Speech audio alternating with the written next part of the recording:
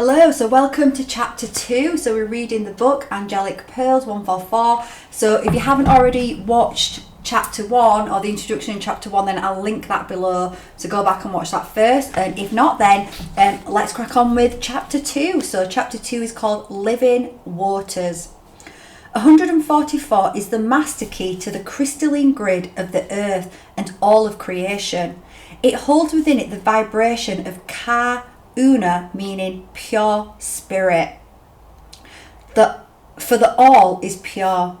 The spark at the core of all creation is pure and never separated from its divine source stream.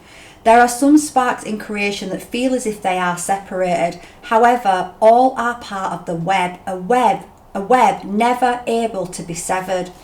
The first experience in matter all of you experience was that of a water drop. You learned to become individualized yet unified, for you were one with the stream.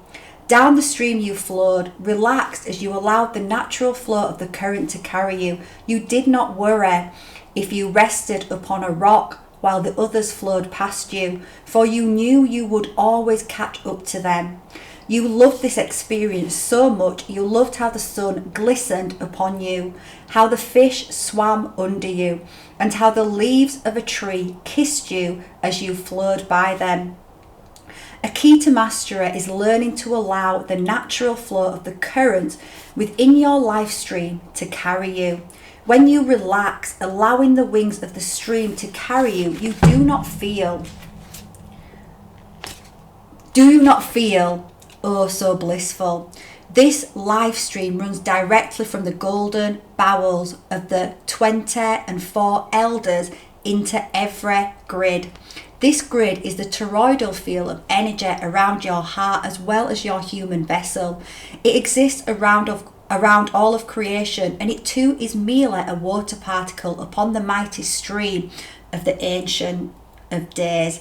So true. That's a kind of a relearning that we all have to go through, because in this reality we are pushed into our distorted divine masculine energies of overworking, of trying to force, push, control everything, and now we're being asked to move into it's the divine mother, right? The divine feminine within us all is rising up again, and the divine feminine goes with the flow. She allows, she receives, goes with the current, and that is a relearning for us to do that. I worked like a maniac in finance and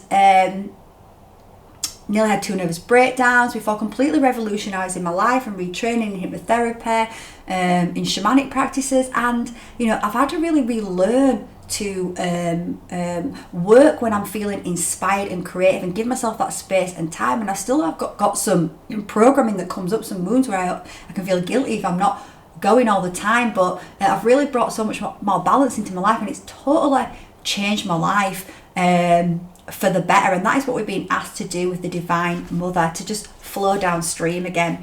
So the water molecule, look upon a water molecule and thou will see the sacredness of the Holy Trinity reflecting back at thee. Christ turning water into wine stems from the original sacred teachings that from the divine living waters, thy monad self transforms into wine via the Christos light. Wine, alcohol, spirits, meaning sugars, the very essence needed to create thy DNA. When ascending, thy DNA uses a spiritual, alchemical process to merge with thy higher self, which merely represents the Christ light. Just as sugar is essential in creating spirits, so it is for carbon DNA. Then there's just a little quote saying, and the third day there was a marriage in Cana of Galilee, and the mother of Jesus was there. John 2:1, King James Version, I think that relates to. I have to say though, I really am not religious. I do not follow religion. I do know that in the Bibles have been manipulated, changed. God is benevolent, and we should see this through this, and we're already seeing this. It's already telling us, right? It's a benevolent, loving force that is not reflected in the Bible. The wedding scene in scripture simply is the marriage of thy higher self into thy lower self. Okay, so it's kind of saying here, this is what it actually means. The The mother represents one's higher self, which gives birth to thy Christ self. The word Galilee stems from the meaning of a temple. Cana is from ancient Gaelic meaning wolf or a dog. Just like the dog-headed gods in Egypt, Itmila is a representation of thy animal self. Cana of Galilee speaks about the formation of thy animal self as man within one's holy temple. Day 1, monad self. Day 2, higher self. Day 3, lower self. And both Jesus was called and his disciples to the marriage. And when they wanted wine, the mother of Jesus said unto him, they have no wine. That's another quote from the Bible. The true meaning of running out of wine at the wedding is about needing the Christos light to create carbon DNA, to create a form of matter for a higher self to experience through. When one descends into a lower self, it splits into 12 aspects of itself. The 12 aspects of oneself are represented here by the 12 disciples. And there were set there 6 water spots of stone. The 6 water pots of stone represent the 6 energy centers in the incarnate. The stone represents thy matter form, filling up the 6 energy centers with plasma light. So I believe we've got 7, but let's just see how it goes on, because we've got the crown, the third eye, the throat, the heart, the solar, the sacral, the root, and also we've got the higher heart as well. So that's 8. But we've got more because we've got them above our heads as well. But let's just see. Let's just carry on reading. The 6 energy centers with plasma, water, the living waters. The 7th energy center is the crown. Okay, where one's Christos light emits once is ignited. The original translation of a water pot was for a vessel, meaning thy very own body of matter. We love thee so much, we encoded who thy are in everything. The water molecule is the macro. In the macro is source, whom split into 2, masculine and feminine.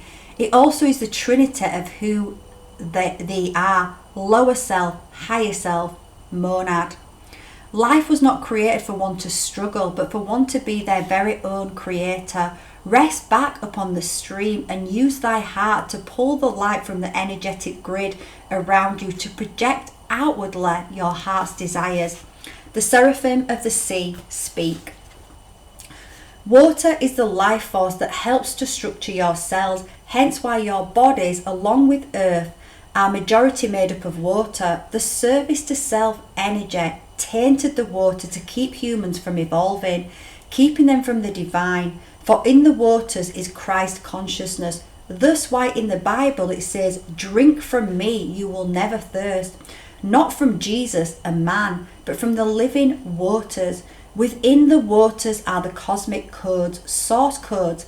By tainting the waters, it keeps humans from connecting to their Christ self and from source the all. By polluting the water and causing it at the eye to be not of beauty, does what? Keeps humans away from me, keeps them from coming into the water, from connecting once again to source. This also is why salt is so pure, for it comes from me. Therefore, when one holds salt in their pockets, it keeps negative energy away. It's so pure and only full of source light that it can transmute that which is not pure. Hence why the Dead Sea is so healing, why one should soak in Epsom salts and water every day. They tainted the water so humans would drink from their water infused with toxins. Once again, to keep humans enslaved. This is all ancient wisdom lost over time. This is what those known in your history books as Lemurians knew. This is why they connected with me during that time. They knew of the cosmic living waters. For from me I carry all codes of the cosmos. I'm charged up by the moon and stars at night and the sun by day, never ending, receiving the light of the all, the one, our creator. Without me there is no life, the ocean consciousness. You know, I've really come to start working more consciously with water right here. I've got a little ceremonial bowl of water where I do a little prayer before I start my day. I linked prayer in the first video that you can use. And again, it's connecting us into source, into the divine, and helping us to really connect back to the true self. So the ocean itself holds the vibration of the 144 key code. This is why when when one hears the waves crashing, it soothes them. This is also why humans love the dolphins, and every little girl dreams of mermaids. The human mind may not remember, however, the soul never forgets, nor the heart. And when I actually had my Akashic records, I did reconnect back with that I was a water being, that that's where I originated from, and many other people will be the same. Many others that are here at this time will have been part of the Lemurian timeline, which was a heaven on earth timeline before the infiltration. So heart mind exercise. We will teach you how to remember, how to connect with thy heart mind. To learn to feel through the heart again, one must conquer the mind. Start first by quietening the mind. Take a few deep, slow breaths until your soul gives you the signal to begin. Take a deep breath in your nose and guide it into your heart. Count to 3. Then slowly exhale into thy vessel, guiding the breath down the body. Repeat twice. Place your dominant hand over your heart and close your eyes. Focus on your heartbeat. Feel it become one with me. Tune into the vibration that you feel. Dive into the stillness inside of you. Now take another slow deep breath in, then exhaling out down the body, picturing the waves gently crash upon the shore. Now hear the dolphins sing to you. Feel their song through your heart. Now picture a lighthouse up on the shore, shining bright during the dawn. Focus on that light. See it expanding with each breath you take. Now see the light inside of you, for it is you. Beautiful sparks of light. You are the lighthouse up on the shore. Shine your light bright for all to see. Help show them the way. Shine the light for those who are lost in the storm, the way home to the shore of love. The Pearl. Zanita Ra says, upon receiving this message, the Seraphim showed me this image. I'm just going to show you this image.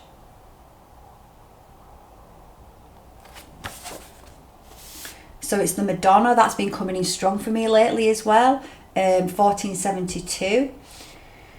So showed me this image, meaning the pearl is our divine spark of light. It is the Christ seed planted in the heart of every creation. Yes, in religion, a lot, we've got this man Jesus, and we're told to go through him, worship Jesus, and that's the way to God. But that's not the message of Yeshua that was then put down as Jesus. The message was, the Christ seed is inside of you. It's the consciousness, it's the source, it's the light, and you have to go in and connect to your own source, and then you become source incarnated. So it is the Christ seed planted in the heart of every creation. In the Gnostic hymn of the Pearl, the story is about a boy on a quest to retrieve his pearl from a serpent while he sleeps. However, during his quest, he forgets until a correspondence is received advising him to remember thy glorious robe and to rise from thy sleep. He retrieved his pearl from the serpent, stripped himself of the unclean garment he wore when he saw his glorious robe. When he looked at his robe, he saw the sparkling colours as a reflection of himself. This is a representation of the Christos light inside of you as the pearl. The glorious robe that sparkles is your light body, the high self aspect you ascend into. When we incarnate into this realm, we forget who we are, we forget our quest, the very reason our footsteps walk in the sand. Then we've got the peacock angel, and I'm going to show you that image as well. So Zanita Ray is talking again. The Seraphim guided me to study Yezisdom. Right, okay, I can't really, you can see that there. Yezisdom. Not heard of that before neither. I was astonished to find that in their principal beliefs, they believed that God created a spiritual white pearl to the likeness of his own pure light before the creation of any worlds. Secondly, before the creation of worlds, he created divine beings as guardians of the worldly affairs. A peacock angel is then appointed over these divine beings. The Seraphim told me their connection is to this peacock angel. The feathers represent the many eyes of the Seraphim, the 144 who indeed do oversee all worldly affairs. There is a Seraphim designated over each universal structure, for this structure is the mighty Seraphim known as Archangel Michael. However, Archangels Ariel and Uriel oversee the divine blueprint of our galaxy. I think many people that I have met on this journey have felt quite a deep connection to Archangel Michael, and have worked with that consciousness, with that archangel at some point in their journey. I know for me, when I was really starting to awaken back in 2015, when I went through another activation point, through a crisis, I really started to become aware of Archangel Michael then and working with the angels. However, I did progress on to just working with my own higher self, my own soul, and I realised that whilst it's great to work with these consciousness structures, of course, and I still do work with Archangel Michael and the archangels and the dragons, the seraphim, I also just connecting to my own self, realising that my own self is connected into the all, is part of that all. So I did say I was going to read one chapter, but I'm going to do another one because that was quite short, so I'm going to move on to the next one in this. So trifold flame crystal heart, flame heart crystal. Good day, beautiful sparks of light. We speak to you today about the truth of the trifold flame that resides within the crystal heart of every being. It is true, it resembles a tetrahedron. Every soul holds more than one colour because you are created with more than one essence. When a soul is created, it is like an elixir of ingredients. Think of how tea leaves combined create a unique flavour. Each soul is like a unique tea, specially created in the exact way Divine Source wished to be expressed in. The colour one sees with their non-physical eyes is ever shifting. The colour that lies within the heart crystal matches the colour of the soul's ray it was created upon and aligns with the soul's unique personality. If one sees the colour of magenta as their heart crystal, this is this colour here, which I've really become connected to over the last few years. And when I had my Akashic reading, my higher self, my 14-dimensional self, actually said to me, we're part of the magenta race. So I realised why I had such a deep connection as I've started to awaken more in this journey. It's the colour of the higher heart. In truth, this colour is simply a reflection coming off their trifold flame heart crystal. It shifts depending on the essence that is more profound or needed on their light body level. If you were to take a sapphire stone that is shaped as a pyramid facing down and place an emerald under one side with a ruby under the other side, then the reflection back would be white light. And we've all seen that, we probably have all had that experiment as children in science where they pass white light through a prism and then we get all the colours of the rainbow. So we see how the one can appear to be separate when really it's the one. And it's just different reflection, different wavelengths that give us a perception of separation. Meaning that thy trifold flame heart crystal is an elixir of those rays from which you can pull any vibration needed. When you take the colours green, red and blue in the spectrums of light along with the geometries of creation, it creates a reflection of white light. When you see your heart reflected, the diamond light you are witnessing, the combination of your true essence finally integrated and aligned. This is what ignites your diamond light body. The filaments of diamond light burst out of your heart crystal, following along the pathways from which the toroidal field around it creates. It then flows into the poles of your body's energetic field. At this point, you will witness tiny diamond particles of light sparkling around you in every now moment. Until the next veil has been lifted from the unity consciousness grid of humanity, one will only see this from time to time. This same diamond light is emerging from the planet, and you can witness it raining down from your sun which is now white. Yeah, I mean, I definitely noticed that. I started to notice that, I think, in 2022 maybe. I can't really remember, that the sun was changing and I was feeling this such deeper connection to it. When solar flares are at their peak is when this diamond rain is seen most clearly. During the setting of the sun, go outside and stare at a tree. Adjust your vision slightly in front of the tree and look for the semi-visible snowflakes of light coming down. Hold your focus and the clarity will get stronger. This is how one can also witness the veil between this plane and the next. Twin flames.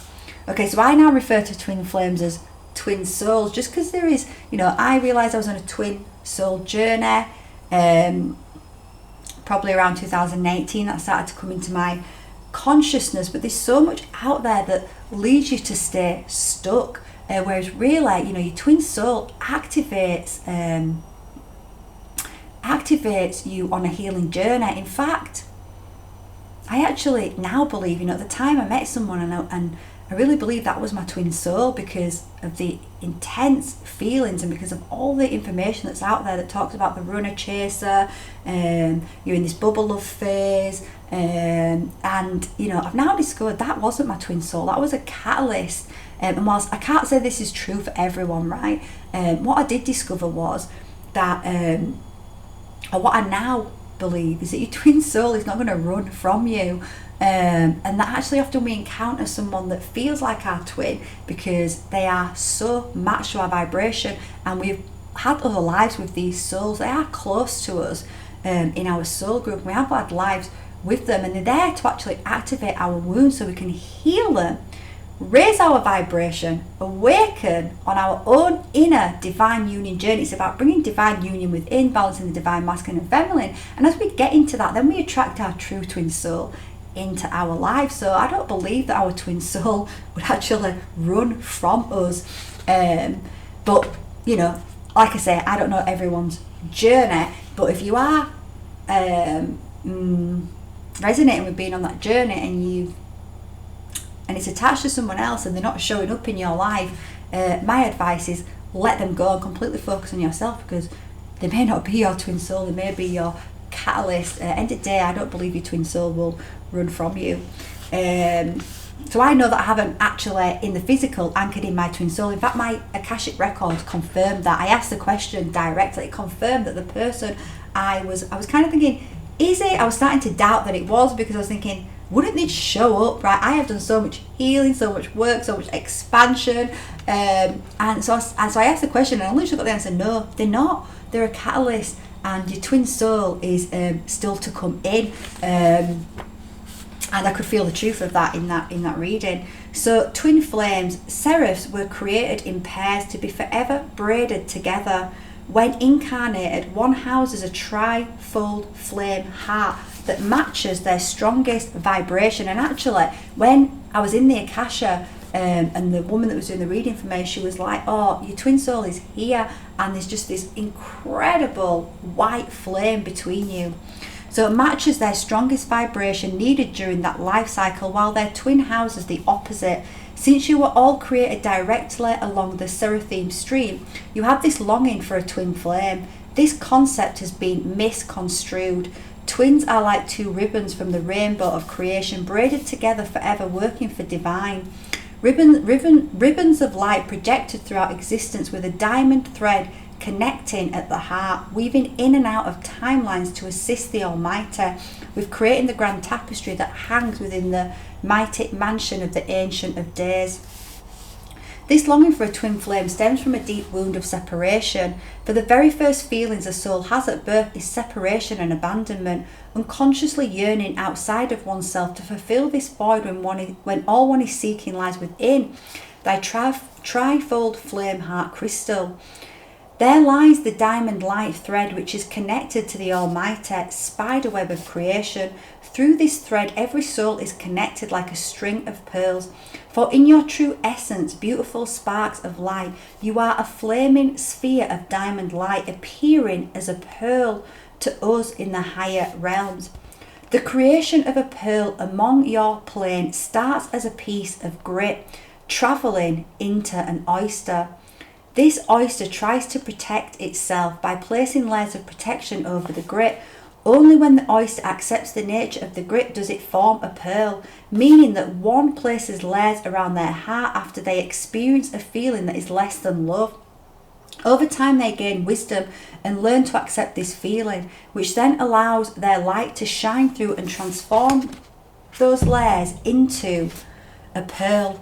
Therefore, masters use the term pearls of wisdom, for the pearls are yet another code within your realm that simply is a mirrored reflection of who you are, a reflection of your battle wounds from which you gain wisdom, a reflection of the beauty that you truly are. Look in the mirror every day, look deep into your eyes and say the affirmation, I am a pearl.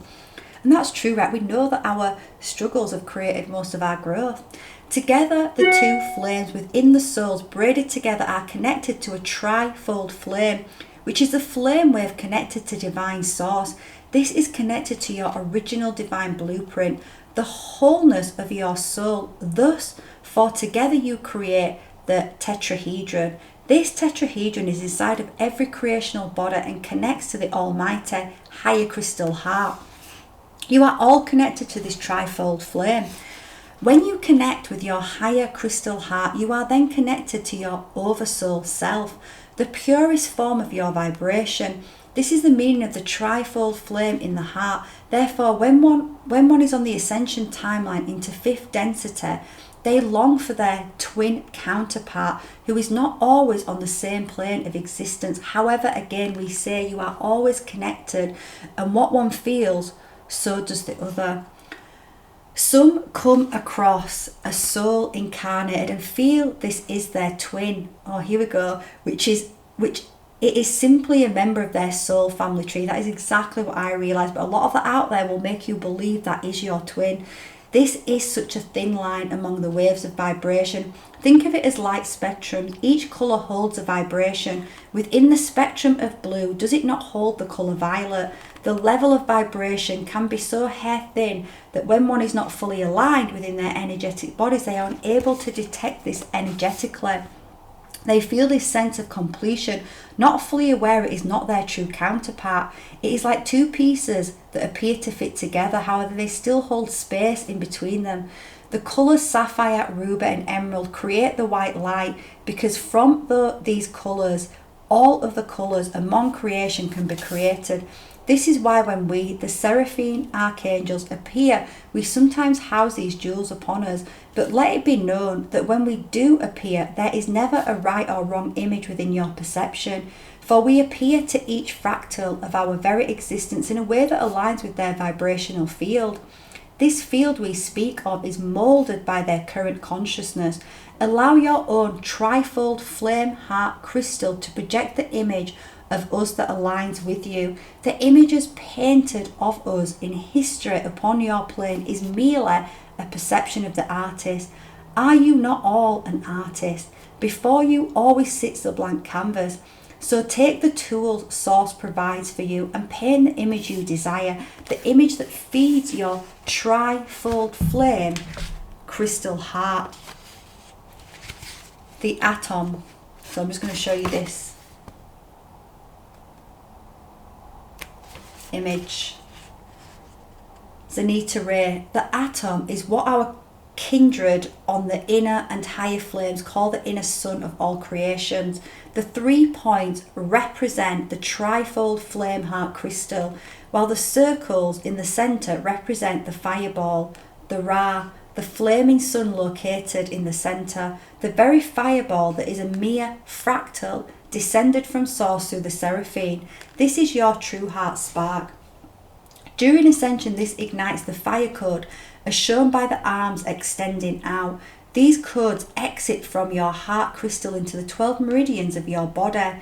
Your meridians are divided up into the 4 cardinal points of your very own compass, just like every energetic highway is in all of creation. In each direction houses 3 meridians, just like the 3-part step down of the 144 universal suns. The sigil at the bottom of the atom illustration represents the transmutation process. Now this is the the image, but to be honest with you, it's not easy to see even if you've got the book. It's pretty difficult to see this image, but it is an illustration of the meridian system on Wikipedia, so you can look that up if you want to.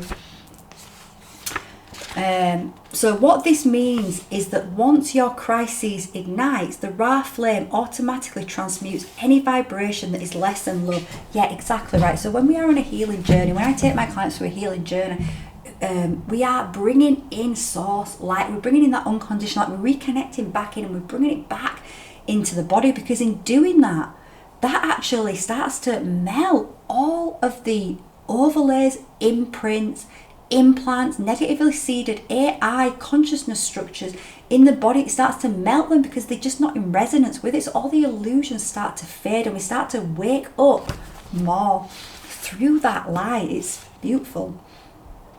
So these energies, so it's saying that flame automatically transmutes any vibration that is less than love.